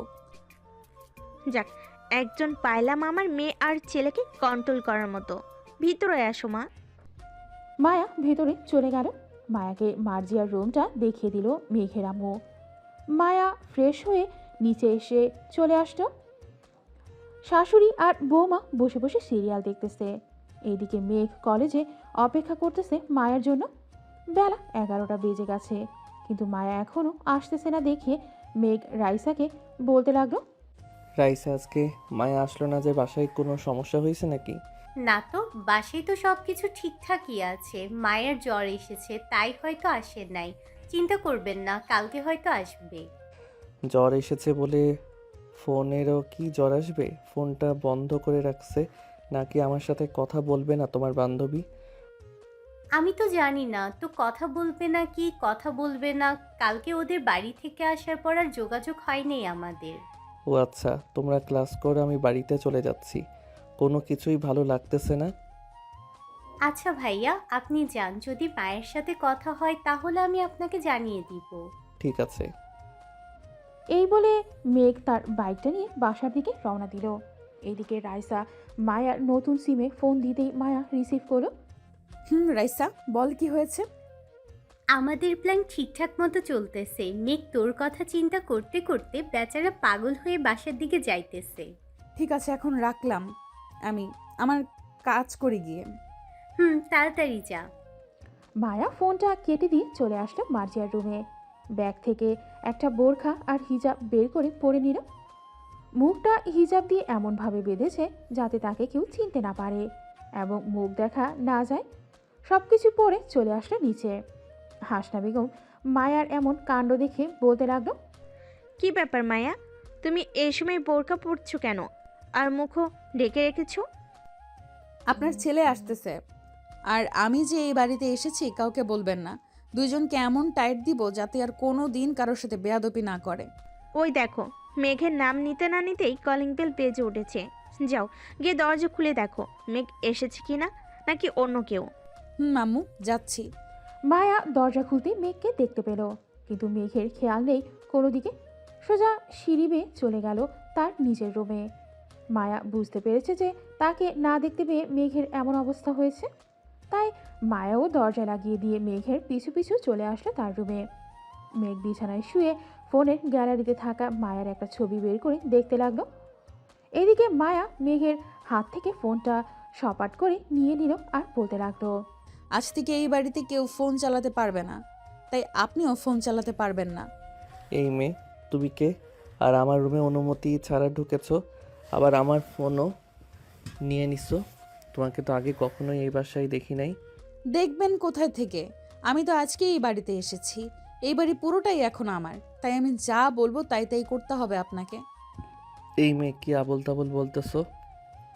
আমাদের বাড়িতে এসে আবার তুমি দাবি করতেছো এটা তোমার বাড়ি। আম্মু দেখে যাও তো একটু। হাসনা বেগম তাড়াতাড়ি করে চলে আসলো মেঘের রুমে। এসে দেখে মেঘের ফোন মায়ের হাতে। এটা দেখে মেঘকে বলতে লাগলো, কি হয়েছে? এইভাবে সারের মতো চেঁচামেচি করতেছিস কেন? এই মেয়েটাকে আর আমার রুমে ঢোকার সাহস পেল কোথায় থেকে? এই মেয়ে হচ্ছে আজ থেকে এই বাড়ির মালিক। তোর আব্বুর ব্যবসায় লজ গিয়েছে, তাই এই বাড়িটা বিক্রি করে দিয়েছে এই মেয়ের কাছে। এখন এই মেয়ে যা বলবে আমাদের তাই শুনতে হবে। কি বলতেছো আম্মু এসব? উনি ঠিকই বলতেছে, এখন থেকে আমি যা যা বলবো তাই তাই করতে হবে। আন্টি আপনি নিচে যান, আমি ওনাকে দেখতেছি। ঠিক আছে, আমি যাচ্ছি। আর মেয়েটার সাথে বেয়াদবি করিস না। বেয়াদবি করলি কিন্তু মেয়েটা পরে আমাদেরকে এই বাড়ি থেকে বের করে দিবে। এই বলে হাসনা বেগম চলে গেল নিচে। এদিকে মায়া মেঘের রুমে থেকে একটা লাঠি নিয়ে মেঘকে উদ্দেশ্য করে বলতে লাগলো, এই ছেলে তোর প্যান্ট খোল। ছি ছি, আপনি তো অনেক বাজে মেয়ে। আপনি এই বাড়িটা কিনেছেন বলে আমাকে যা খুশি বলবেন আমি তাই করব, এটা কিন্তু না। আমার অধিকার আছে তাই আমি বলতেছি, এখন যদি না খুলিস তাহলে কিন্তু এটা দিয়ে তোকে মারবো। মেঘ আর কোনো উপায় না পেয়েই দরজাটা বন্ধ করে তার খুলে ফেললো। মায়া তো হাঁ করে তাকিয়ে আছে মেঘের দিকে। বাহ, বেশ লজ্জা পাচ্ছ দেখছি। শার্ট খোল। শার্ট খুলতে হবে কেন আবার? যা বলছি তাই কর তাড়াতাড়ি। মেঘ শার্টটা খুলে খাটের ওপর রেখে দিল। এদিকে মায়া এক পা করে সামনে এগোতে এগোতে চলে আসলো মেঘের সামনে। মেঘকে জড়িয়ে ধরতে মায়া কিছুটা উত্তেজিত হয়ে বলল। এদিকে মেঘ কী করবে বুঝে উঠতে পারছে না। বেশ কিছুক্ষণ জড়িয়ে ধরার পর মায়া ছেড়ে দিয়ে বলতে লাগলো, এই এখন শার্টটা পরে ফেল। আপনি তো আমার সব দেখে ফেলেছেন, আবার আমাকে জড়িয়েও ধরেছেন। কি বললি তুই কুত্তা? সরি, আর বলবো না, আমার ভুল হয়েছে। মেঘ এক দৌড়ে চলে গেল ওয়াশরুমে। এদিকে মায়া আর দাঁড়িয়ে না থেকে মেঘের ফোনটা নিয়ে চলে আসলো নিচে। মেঘকে দেখে হাসনা বেগম বলতে লাগলেন, যাক, তুমি পারবে আমার ছেলে আর মেয়েকে সাহায্য করতে। কি রান্না করব বলো? আপনার আর রান্না করতে হবে না, আজ থেকে আমি রান্না করব। আপনি কি খাবেন এটা বলেন। তুমি যেটা বানাতে পারো ওইটাই রান্না করো গিয়ে। দেখি আমার বৌমার হাতের রান্নাটা কত ভালো। ঠিক আছে, তবে শ্বশুর মশাইকে দেখছি না, উনি কোথায় গেছে? উনি অস্ট্রেলিয়াতে গেছেন 3 দিনের জন্য, মঙ্গলবার চলে আসবে। ও আচ্ছা, আপনি একটু আসেন, আমাকে দেখিয়ে দিয়ে যান কোথায় কি কি আছে। ঠিক আছে, চলো তোমাকে দেখিয়ে দিয়ে আসি। মায়াকে সব দেখিয়ে দিল হাসনা বেগম। এদিকে মায়া ফ্রিজ থেকে সব কিছু বের করে রান্না করতে শুরু করলো। দুপুর 2টা বাজতেই কলিং বেল বেজে উঠল। মায়া গিয়ে দরজা খুলতেই দেখতে পেল মার্জিয়া দাঁড়িয়ে আছে।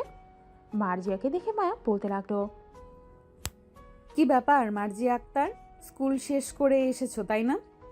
এতক্ষণ তোমার জন্যই অপেক্ষা করছিলাম। ভেতরে আসো, ভেতরে আসো। আপনাকে তো চিনলাম না, আপনি কে? ধরে নিতে পারো আজ থেকে আমি এই বাড়ির মহারানী। এখন থেকে তোমরা আমার প্রজা। আম্মু আম্মু, এই মেয়েটা কে? আমাকে এইসব বলতেছে কেন? আজ থেকে উনি এই বাড়ির মালিক। উনি যা যা বলবে আমাদের তাই তাই করতে হবে। মানে কি বলতেছো? আম্মু, এটা তো আমাদের বাড়ি, উনি বলতেছে কেন এটা ওনাদের বাড়ি? উনি এই বাড়িটা কিনে ফেলেছে, তাই এটা ওনার বাড়ি, আমাদেরকে থাকতে দিয়েছে। ভাইয়া ভাইয়া, আম্মু এসব কি বলতেছে? উনি নাকি আমাদের থেকে এই বাড়ি কিনে নিয়েছে? আব্বু ব্যবসায়ী লস খেয়ে এই বাড়িটা বিক্রি করে দিয়েছে, তাই আর কি আমাদের ওনার কথা মানতে হবে। মার্জিয়া আর কিছু না বলে চলে গেল তার রুমে। এদিকে মায়াও মার্জিয়ার পিছু পিছু চলে আসলো রুমে। মায়াকে দেখে মার্জিয়া বলতে লাগলো, আপনি আবার এই রুমে এসেছেন কেন? এটা আমার রুম। আজ থেকে এটা আমার রুম, তুমি পাশের রুমে চলে যাও। আমি এই রুম থেকে যাব না, থাকতে হলে দুজন থাকবো, আর আমাকে থাকতে না দিলে এই রুমে কেউ থাকতে পারবে না। ঠিক আছে, তাহলে দুইজন এই রুমেই থাকবো। আপনার নাম কি, আর আপনাকে কি বলে ডাকবো আমি? আমার নাম সুমাইয়া, আজ থেকে আমাকে ভাবি বলে ডাকবে তুমি। আমার ভাইয়া কি আপনাকে বিয়ে করেছে যে আমি আপনাকে ভাবি বলে ডাকবো? বিয়ে করতে কতক্ষণ? আমি চাইলে আজকেই বিয়ে করতে পারবো। সো আমার সাথে বেশি কথা বলবে না, যাও ফ্রেশ হয়ে আসো, খাবার খাবে। আপনি তো মেয়ে, তাহলে মুখ ডেকে রেখেছেন কেন? হিজাবটা খুলে ফেলেন, আমি আপনাকে দেখব। আমাকে দেখতে হবে না, যখন সময় হবে তখন ঠিক দেখতে পারবে। এখন যা বলতেছি তাই করো, তাড়াতাড়ি খাবার খেতে আসো তোমার ভাইকে নিয়ে। মায়া চলে গেল নিচে। বেশ কিছুক্ষণ পর মার্জি আর মেঘ চলে আসলো খাবার টেবিলে। মেঘ খাবার খাচ্ছে আর মায়ের দিকে তাকাচ্ছে। এদিকে মায়া হিজাবের ভেতরে মিট মিট করে হাসতেছে আর মনে মনে বলতেছে, চান্দু, আমার সাথে পাঙ্গা নিতে এসেছো। আমি কি জিনিস তুমি এখনো বুঝতে পারো নাই। যখন ধরবো তখন ঠিক জায়গায় ধরবো, এই দিকে সেই দিকে ধরবো না। সবাই খাওয়া দাওয়া করে চলে যেতেই মায়াও খাবার খেয়ে নিল। দেখতে দেখতে রাত হয়ে গেল। মার্জিয়া তার রুমে চিৎপটাং হয়ে শুয়ে আছে, আর এইদিকে মায়ার রুমে ঢুকতে ঢুকতে বলল, এই মেয়ে, সোজাসুজি হয়ে শুয়ে পড়ো। আর একটা কথা বলে রাখি, মাঝরাতে কিন্তু আমাকে জিনে ভর করে, তখন লাথি মেরে নিচে ফেলে দিলে আমাকে কিচ্ছু বলতে পারবে না। মানে ভাবি আপনাকে জিনে বোর করে আগে বলবেন না? আমি এক্ষুনি চলে যাইতেছি পাশের রুমে। কোথাও যেতে হবে না, আমি তোমার ভাইয়ার রুমে যাইতেছি, তুমি ঘুমাও। ভাইয়ার রুমে গিয়ে কি করবেন? কি করব, তোমার ভাইকে এই বলে মায়া চলে আসলো মেঘের রুমে। এসে দেখে মেঘ লাইট নিভিয়ে ঘুমিয়ে আছে। মায়া ফোনের ফ্ল্যাশ লাইট জ্বালিয়ে ঘরের কাটআউটটা খুলে রেখে দিল, যাতে মেঘ অন্ধকারেও তার মুখ না দেখতে পারে আর লাইটও না জ্বালাতে পারে। এইদিকে মায়া তার হিজাব আর বোরখাটা খুলে টেবিলের ওপর রেখে দিয়ে আস্তে আস্তে মেঘের ওপর শুয়ে পড়ল। মেঘের ঠোঁটে চুমু খেতে লাগলো বারবার। এদিকে মেঘ তার ঠোঁটে কারো পরশ পেয়ে ঘুমটা ভেঙে গেল। হাতের নাগালে সুইচটা টিপ দিতে দেখতে পেল লাইট জ্বলতেছে না। এটা দেখে মেঘ কিছুটা ভয় পেয়ে বলতে লাগলো, কে কে কে আপনি? আমার উপর থেকে নামেন বলতেছি। এই চুপ, বেশি কথা বললে এখন কিন্তু ছুরিটা তোর গলায় চালিয়ে দিব। শুয়ে আছিস, শুয়ে থাক। মায়া আস্তে আস্তে মেঘের শার্ট প্যান্ট খুলে ফেলল। এইদিকে মেঘও কম যায় কিসের, আস্তে আস্তে মায়ার ঠোঁটে কিস করতে করতে মায়ার শরীরের বিভিন্ন স্থানে কিস করে মায়াকে আরো উত্তেজিত করে ফেলল। মিস সুমাইয়া ওরফে মায়া, তুমি ভাবছো আমি তোমাকে চিনব না? আমি তোমার চোখ আর কথা শুনে বুঝে ফেলেছি তুমি আমার মায়া। এখন আদর করব না? এই বলে মেঘ যেই উঠে যেতে যাবে, এমন সময় মায়া টান মেরে মেঘকে তার উপরে ফেলে দিল আর বলতে লাগলো, আমাকে যখন উত্তেজিত করেছো তখন আদর না করলে তো আমি ছাড়ছি না তোমাকে। এখন বেশি কথা না বলে আদর করা শুরু করো তো। মেঘ আর থাকতে না পেরে আদর করা শুরু করলো মায়াকে। ও মা গো, মরে গেলাম গো, এই কুত্তা তাড়াতাড়ি বের কর। তুমি তো বলেছো আদর খাবে, তাই তো। মায়া কিছুক্ষণ চুপ করে থাকার পর মেঘ আবারও শুরু করলো আদর। কয়েক ঘন্টা আদর করার পর মেঘ মায়ার বুকের উপর শুয়ে পড়ল। দুজনে ক্লান্ত হয়ে শুয়ে আছে। এদিকে মায়া মেঘের চুলে বিড়ি কেটে দিচ্ছে আর বলতেছে, মেঘ, এখন তো তুমি আমার সাথে শারীরিক সম্পর্ক করেছো, এখন যদি বেবি হয়ে যায় আমাকে যদি তুমি আর বিয়ে না করো? দূর পাগলি মেয়ে, এখন আদর করেছি এখনই বেবি হবে নাকি? বেবি হতে হতে 1 বছর সময় লাগবে। আর আমি তোমাকে সামনের মাসেই বিয়ে করব। কাল থেকে অফিসে জয়েন করে সব কিছু বুঝে নিব, এরপর না হয় বিয়ে। আর তোমার বোনকে আমি এমন শিক্ষা দিব, এখন দেখবে তোমার বোন আমার পিছু লাগবে না আর কখনোই। থাক মার্জিয়া, ছোট মানুষ, সে একটা ভুল করে ফেলেছে, মাফ করে দাও তাকে।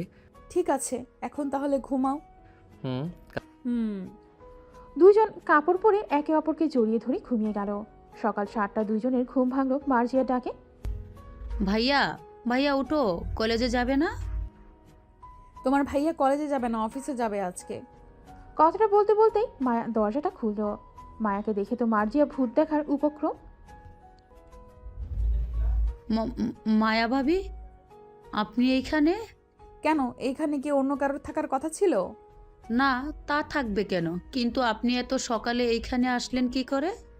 আমি কালকে এসেছি, বোরকা পরা মেয়েটাই আমি।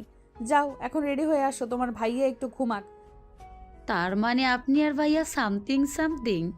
Yes, something something. যাও ফ্রেশ হয়ে রেডি হয়ে নিচে আসো, আমি গোসল করে খাবার রেডি করতেছি তোমার জন্য। আজকে যাব না, আজকে সারাদিন তোমার সাথে গল্প করব ভাবি। আমি ফ্রেশ হয়ে আসতেছি এক্ষুনি। ঠিক আছে, আসো, আমিও ফ্রেশ হয়ে রান্না করি গিয়ে। মেঘ আবার খাবার খেয়ে অফিসে যাবে। মার্জিয়া চলে গেল তার রুমে। এইদিকে মায়াও ফ্রেশ হয়ে চলে আসলো নিচে। এসে দেখে তার শাশুড়ি মা রান্না করতেছে। মায়া রান্নাঘরে গিয়ে বলতে লাগলো, আম্মু, আপনি রান্না করতে গেলেন কেন? আমি নিজেই তো রান্না করতে পারতাম। তা তো পারতে, তুমি উঠছো না দেখে আমি নিজেই রান্না বসিয়ে দিয়েছি। তা তুমি কলেজে যাবে না আজকে? না, আজকে আমি, মার্জি আর মেঘ আপনাদের অফিসে যাব, ঘুরে ঘুরে দেখে আসবো সব কিছু। ঠিক আছে, তাহলে রেডি হয়ে আসো, আমারও রান্না করা শেষ। আমি না হয় খাবারগুলো টেবিলে রেখে দিতেছি। আমার কাছে দেন, আমি রেখে আসতেছি। মায়া সব খাবারগুলো টেবিলে রেখে রুমে চলে গেল। গিয়ে দেখে মেঘ এখনও ঘুমাচ্ছে। এটা দেখে মায়া আস্তে আস্তে মেঘের পাশে বসে তার ঠোঁট জোড়া মেঘের ঠোঁটের সাথে লাগিয়ে দিয়ে দিল। এদিকে মায়ার ঠোঁটের স্পর্শ পেয়ে মেঘ মায়ার ঠোঁটে একটু জোরে কামড় বসিয়ে দিতে মায়া মেঘের ঠোঁট জোড়া ছেড়ে দিয়ে মেঘের বুকে কিল ঘুষি মারতে লাগলো। এই কুত্তা, আমি বুঝি ব্যথা পাই না? তুই প্রত্যেকবার এমন করিস। রাতেও কত জায়গায় কামড় দিয়েছিস। তোমার ঠোঁট জোড়া যখন আমার দখলে থাকে তখন কি করতে মন চায় জানি না। তোমার ঠোঁট অনেক মিষ্টি লাগে আমার কাছে। তাই বলে কামড় দিবি কুত্তা? যা, তোর সাথে আর কথাই বলবো না। মেঘ মায়ার 2 রানের ওপর মাথা রেখে বলতে লাগলো, আমার পাগলিটা বুঝি রাগ করেছে। সরি, আমি বুঝতে পারি নাই। রেডি হয়ে নাও, তোমাকে নিয়ে আমাদের অফিসে যাব। মার্জিয়া ও যাবে আমাদের সাথে। ঠিক আছে, তুমি রেডি হও, আমি ফ্রেশ হয়ে আসিতেছি। মেঘ চলে গেল ওয়াশরুমে। ফ্রেশ হয়ে রেডি হয়ে সবাই চলে আসলো নিচে, খাওয়া দাওয়া করতেছে। এমন সময় কলিং বেল বেজে উঠল। আম্মু, আপনারা খাবার খান, আমি দেখে আসতেছি কে এসেছে। মায়া দরজা খুলতেই দেখতে পেল একটা ভদ্রলোক দাঁড়িয়ে আছে, হাতে একটা বড় ব্রিফকেস। কে আপনি? মানে কি বলতেছো? আমার বাড়িতে এসে আমাকে বলতেছে কে আপনি? তার আগে বলো তুমি কে, এইখানে কি করো? আমি এই বাড়ির বউ। ভাবি, এটা আমার আব্বু। মার্জিয়ার মুখে এটা শুনে মায়া জিভে কামড় বসিয়ে দিয়ে বলতে লাগলো, সরি শ্বশুর আব্বা, আমি বুঝতে পারি নাই। মেঘ, তুই যে বিয়ে করেছিস আমাকে একবার বলার প্রয়োজন মনে করলি না?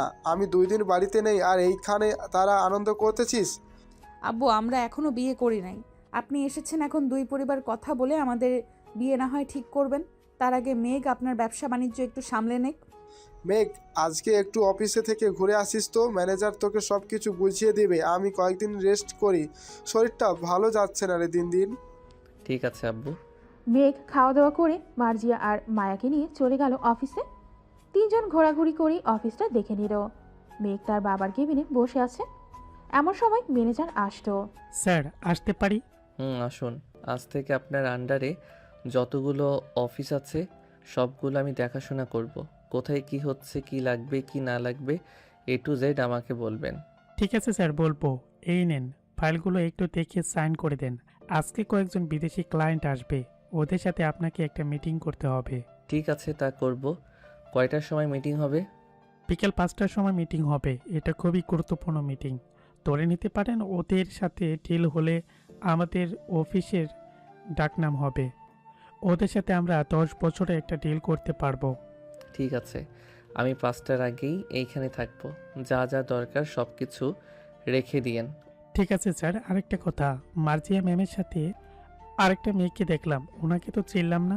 উনি আমার ওয়াইফ, তবে এখনও আমাদের বিয়ে হয় নাই। কিছুদিনের মধ্যে বিয়ে হয়ে যাবে। ও আচ্ছা। ম্যানেজার আর কিছু না বলে চলে গেল ওইখান থেকে। এদিকে মেঘ ফাইলগুলো দেখে সাইন করে দিল। বেশ কিছুক্ষণ পর মায়া আর মার্জিয়া আসলো। তোমাদের অফিসটা তো আমাদের অফিসের চেয়ে সুন্দর। বেশ ভালো করে ডেকোরেশন করেছে, আবার অনেক পরিষ্কার পরিচ্ছন্নও আছে। তা তো থাকবেই। চৌধুরী গ্রুপ অফ কোম্পানি, এটা পরিষ্কার না থাকলে চলবে নাকি? তা এখন কি বাসায় চলে যাবে নাকি আরও কাজ আছে তোমার? তোমরা বাসায় চলে যাও, আমার আরও কয়েকটা অফিসে যেতে হবে। রাতে বাড়িতে ফেরার সময় তোমাদের জন্য ফুচকা নিয়ে যাব। ঠিক আছে, চলো মার্জিয়া, আমরা চলে যাই। ভাবি, চলেন। মায়া আর মার্জিয়া চলে গেল বাসায়। এদিকে মেঘ আরও কয়েকটা অফিস ঘোরাঘুরি করে চলে আসলো আরেক অফিসে, যেখানে মিটিং হবে। ঘড়ির দিকে তাকিয়ে দেখে বিকাল 4:45 বাজে। মেঘ মিটিং রুমে বসে বসে ফোন টিপতেছে। এমন সময় ভিতরে প্রবেশ করলো কয়েকজন লোক। মেঘ তাদের দেখেই তো অবাক। আঙ্কেল, রাফসান, তোরা এখানে? আমারও তো সেম প্রশ্ন, তুই এখানে কি করিস? এটা আমাদের অফিস, আমি থাকবো না তো কে থাকবে? ও আচ্ছা, তাহলে তো ভালোই হলো। আব্বু আর কথা বলতে হবে না, কিছু দেখতেও হবে না। তুমি এই প্রজেক্টে সাইন করে দাও। ঠিক আছে, আমি সাইন করে দিতেছি। তবে মিস্টার চৌধুরীর সাথে দেখা করার দরকার ছিল। আমার মেয়েকে ওনার ছেলের বউ করার প্রস্তাব দিতাম। আঙ্কেল, আমার বউ আছে, আপনি প্রস্তাব দিলে কিছুই হবে না। ও আচ্ছা, তাহলে আর প্রস্তাব দিয়ে কি করব? তোমার আব্বুর সাথে দেখা করাবে না আমাকে? চলেন। ম্যানেজার আঙ্কেল, উনি প্রজেক্টে সাইন করে দিয়েছে। সবার আগে ওনার প্রজেক্টের কাজ শুরু করেন। জি স্যার, ওনার প্রজেক্টের জন্য আমি সকল মেশিন খালি রেখেছি। এখনই স্টার্ট করে দিতেছি ওনার প্রজেক্টের কাজ। তাই করেন। মেঘ রাফসান আর তার আব্বুকে নিয়ে চলে আসলো বাসায়। কলিং বেল দিতেই মার্জি এসে দরজা খুলে দিল। এদিকে হাসিব চৌধুরী বসে আছে সোফায়। রাফসান এবং তার আব্বুকে দেখে চমকে গেল আর বলতে লাগলো, কি রে সজীব, তুই এইখানে, তাও আবার এত বছর পর? হুঁরে বন্ধু, আমি একটা প্রজেক্টের কাজ দেখতে এসেছিলাম। পরে দেখি তোর কোম্পানিতে আমার প্রজেক্ট এর কাজ হবে, তাই বেশি কিছু না ভেবে সাইন করে দিয়ে তোকে দেখতে আসলাম। তা ভাবি কোথায়? ভালো, আসেন আপনারা। আলহামদুলিল্লাহ ভালো আছি। ভাবি আপনি কেমন আছেন? আমিও আলহামদুলিল্লাহ ভালো আছি। মায়া, অন্যদের জন্য চা বানিয়ে আনো। জি আম্মু, আনতেছি। তা তোর মেয়ে তো দেখি বেশ বড় হয়ে গেছে, বিয়ে শাদী কি দিবি না কি? দিব তো, হাত পায়ে তো লম্বা হয়ে গেছে, কিন্তু বয়স তো এখনো কম, আর পড়াশোনা করতেছে। আর কয়েকদিন বছর যাক, এরপর না হয় বিয়ে দিব। কিছু মনে না করলে তোর মেয়েকে আমার ছেলের সাথে বিয়ে দিবি? আমিও মার্জিয়ার মতো একটা মেয়ে খুঁজছিলাম। আঙ্কেল, আমার বোনের যদি আগে পছন্দ থেকে থাকে তাহলে আমরা তার সাথেই বিয়ে দিব, আর যদি না থাকে, আমাদের কথায় রাজি হয়, তাহলে আমরা দিতে পারবো। তা তো অবশ্যই। মার্জিয়া, কাউকে পছন্দ করিস নাকি? পছন্দ করে থাকলে বল। না ভাইয়া, আমার কাউকে পছন্দ নেই। আপনারা যার সাথে বিয়ে দিবেন আমি সেইখানেই খুশি থাকবো। ঠিক আছে, রুমে যা তুই। মায়া সবাইকে চা বানিয়ে দিল। এদিকে সবাই কথা বলতেছে। রাতে খাওয়া দাওয়া শেষ করে রাফসানকে একটা রুম দেখিয়ে দিল। মায়া, তোমার আব্বু আম্মুকে খবর দাও, বলো কালকে আসার জন্য। আমি আম্মু আব্বুকে বলেছি, ওনারা কালকে আসবে বলেছে। তাহলে তো ভালোই হলো, আমাদের বিয়ের ডেটটা ঠিক করে ফেলবে। এই আজকে প্লিজ কিছু করো না, আমার শরীরটা অনেক খারাপ। ঠিক আছে। আচ্ছা, আমাদের কয়টা বেবি হবে? একটা নাকি দুইটা? আমাদের 2টা বেবি হবে, ডুয়েট বেবি হবে তোমার। একজনের নাম রাখবো মরিয়ম, আরেকজনের নাম রাখবো মাহিম। তুমি এত কনফিডেন্স নিয়ে কিভাবে বলতেছো যে আমাদের 2টা বেবি হবে? জানি না, তবে আমার মন বলতেছে যে 2টা বেবি হবে, তাই আমি তোমাকে বললাম। ও আচ্ছা, এখন ঘুমাও, অনেক রাত হয়েছে তো। মেঘ মায়াকে জড়িয়ে ধরে ঘুমিয়ে গেল। সকাল 6টা। মায়া সবার আগে উঠে রান্না বসিয়ে দিল, কারণ বাসায় এমনিতেও মেহমান আছে, আবার তার আব্বু আম্মু আসবে। মায়া রান্না করতেছে, এমন সময় মেঘ আসলো রান্নাঘরে। কি রান্না করতেছো তুমি? গরুর গোস্ত, মুরগি, পোলাও আরও ইত্যাদি ইত্যাদি রান্না করতেছি। ও আচ্ছা, একটা চুমু দিবা? খচ্চর বেটা, রান্না করতেছি, এখন রান্না শেষ করে দিব। না, আমার এখনই লাগবে, এখনই। মেঘ যাইতে বলেছি তোমাকে, না হলে কিন্তু আমি গরম খুন্তি তোমার হাতে লাগিয়ে দিব। Just 2 minute. এই বলে মেঘ মায়াকে একটানে তার বুকের সাথে চেপে ধরল। আস্তে আস্তে ঠোঁটের সাথে যেই ঠোঁটে স্পর্শ করতে যাবে, এমন সময় কারো কাশির শব্দ শুনে মেঘ ছেড়ে দিল মায়াকে। পেছনে তাকিয়ে দেখে তার মা দাঁড়িয়ে আছে। এই বেয়াদব ছেলে, সারাত একসাথে থাকিস, তবু তোর হয় না? মেয়েটা রান্না করতেছে এখানে। ও, তুই মেয়েটাকে বিরক্ত করতেছিস? যা বলতেছি এখান থেকে। হাসনা বেগম মেঘের কান ধরে কথাগুলো বলল। আও, আম্মু লাগতেছে অনেক, কান ছাড়ো বলতেছি। তোকে যেন আজকে মায়ের আশেপাশে না দেখি। আর মায়া, কাল থেকে তুমি তোমার বাসায় থাকবে, যাতে এই বাদর ছেলে তোমাকে স্পর্শ করতে না পারে। ঠিক আছে আম্মু। মায়া রান্না শেষ করে অপেক্ষা করতেছে তার আম্মু আব্বু আসার জন্য। বেশ কিছুক্ষণ পর কলিং বেল বেজে উঠল। মায়া গিয়ে দরজা খুলতেই দেখতে পেল তার আব্বু আম্মু এসেছে। দুইজনকে ভেতরে নিয়ে আসলো। খাবার টেবিলে বসে খাবার খাচ্ছে সবাই। এমন সময় হাসিব চৌধুরী বলতে লাগলো, বেআই সাহেব, মেঘ আর আমার মার বিয়ের দিন তারিখ ঠিক করে ফেলেন। আমি কি বলবো, আমার মেয়ে তো এখন আপনার বাড়ির বউ। আপনি বলেন ওদের কবে বিয়ে দিবেন? মায়া যেহেতু এই বাড়িতেই থাকে, তাহলে আপনি বলে দেন বিয়ের দিন তারিখ। সামনের সপ্তাহে ওদের বিয়ে হবে, কি বলেন আপনি? ঠিক আছে, সামনের সপ্তাহেই হবে বিয়ে। সবাই খাওয়া দাওয়া করে গল্প করতে লাগলো। এদিকে মেঘ আর মায়া বসে আছে রুমে।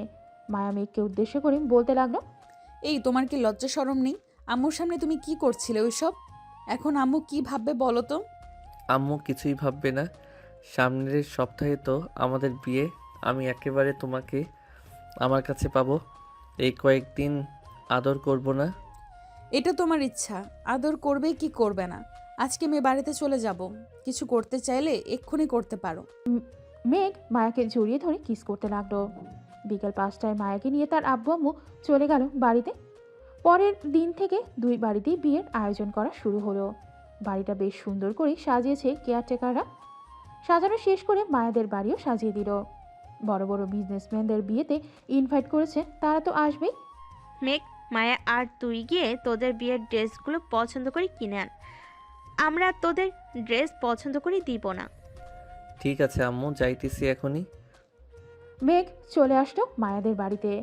বেশ কিছুক্ষণ পর মায়া রেডি হয়ে আসতেই মায়াকে নিয়ে চলে আসলো শপিং মলে। মেঘ নীল একটা পাঞ্জাবি সাথে সাদা একটা পায়জামা কিনে নিল। মেঘ, এখন নীল গ্রাউন্ড বা লেহেঙ্গা কোথা থেকে পাই? চলো আমার সাথে, তোমার মন মতো নীল লেহেঙ্গা কিনে দিব আমি। মায়াকে নিয়ে চলে আসলো বড় একটা দোকানে। এখানে অনেক লেহেঙ্গা আছে। মায়া তার জন্য আর মার্জিয়ার রাত দুইজনের জন্যই দুইটা লেহেঙ্গা নিল। দুইটা কিনলে কেন? একটা কিনলেই তো হতো। একটা আমার জন্য আর একটা মার্জিয়ার জন্য। মার্জিয়া আমাকে ফোন দিয়ে বলে দিয়েছিল তার জন্য একটা নিয়ে যাইতে। ও আচ্ছা, তলে তলে দুই ননদ আর ভাবি এসব করতেছো আমার সাথে? করো করো, আরো কয়েকটা দিন যাক, পরে বুঝতেই পারবে কি করি তোমাকে। দেখা যাবে কি করতে পারো তুমি আমার। মেঘ শপিং করে চলে আসলো বাসায়। দেখতে দেখতে কেটে গেল 7টা দিন। আজকে মেঘ আর মায়ার বিয়ে। মেঘ নীল পাঞ্জাবিটা পরে নিল। এদিকে রাফি মেঘকে দেখে তো পুরাই মামা, তোমাকে দেখে আমি তো ক্রাশ খাইছি। মায়া ভাবি তো পুরো দেখে অজ্ঞান হয়ে যাবে। দোষ শালা, মায়ের পছন্দেই এই ড্রেস কিনেছি। এখন কি এখানে দাঁড়িয়ে থাকবি নাকি আমার সাথে যাবি বিয়েতে? চল তাড়াতাড়ি যাই। মেঘ তার বন্ধু বান্ধবদের নিয়ে চলে আসলো বিয়ে বাড়িতে। খাওয়া দাওয়া শেষ করার পর কাজে এসে মেঘ আর মায়ার বিয়েটা পড়িয়ে দিয়ে চলে গেল। সমস্ত নিয়ম কানুন মেনে মেঘ আর মায়াকে বিদায় দিয়ে দিল তার আব্বু আম্মু। মায়া গাড়িতে বসে কান্না করতেছে আর মেঘ একটা টিস্যু পেপার মায়ের হাতে দিয়ে বলতেছে, কান্না করো না জান, এখন কান্না করলে বাসরাতে যখন বিড়াল মারবো তখন কি করবে? তাই চুপচাপ বসে থাকো। তোকে তো আমি খুন করব কুত্তা, দেখে নিস। মায়াকে নিয়ে চলে আসলো বাসায়। সবাই বরণ করে মায়াকে ঘরে তুলে নিল। এদিকে মেঘ তার বন্ধুদের নিয়ে চলে আসলো ছাদে। বসে বসে আড্ডা দিতেছে। এমন সময় রাইসা হাতে একটা বিয়ারের বোতল নিয়ে এসে মেঘের হাতে তুলে দিয়ে বলল, মেঘ, নামাজ আদায় করে তুই। আর একটু পরে যাব, এখনো 12টা বাজে না। তো কি হয়েছে? ভালোর জন্য বলতেছি, তাড়াতাড়ি যা। আজকে আমার বান্ধবীকে কান্না করাতে হবে কিন্তু তোর। তোর বান্ধবী আগেই কান্না করে দিয়েছে, এখন এটা নিয়ে আমাদের দ্বিতীয় বাসর হবে। যাই এখন। মেঘ চলে গেল বাসার ঘরে। দরজাটা লাগিয়ে দিয়ে খাটের কাছে আসতেই মায়া খাট থেকে নেমে মেঘের পা ধরে সালাম করলো। বেঁচে থাকো মা, বেঁচে থাকো। কি বললি কুত্তা?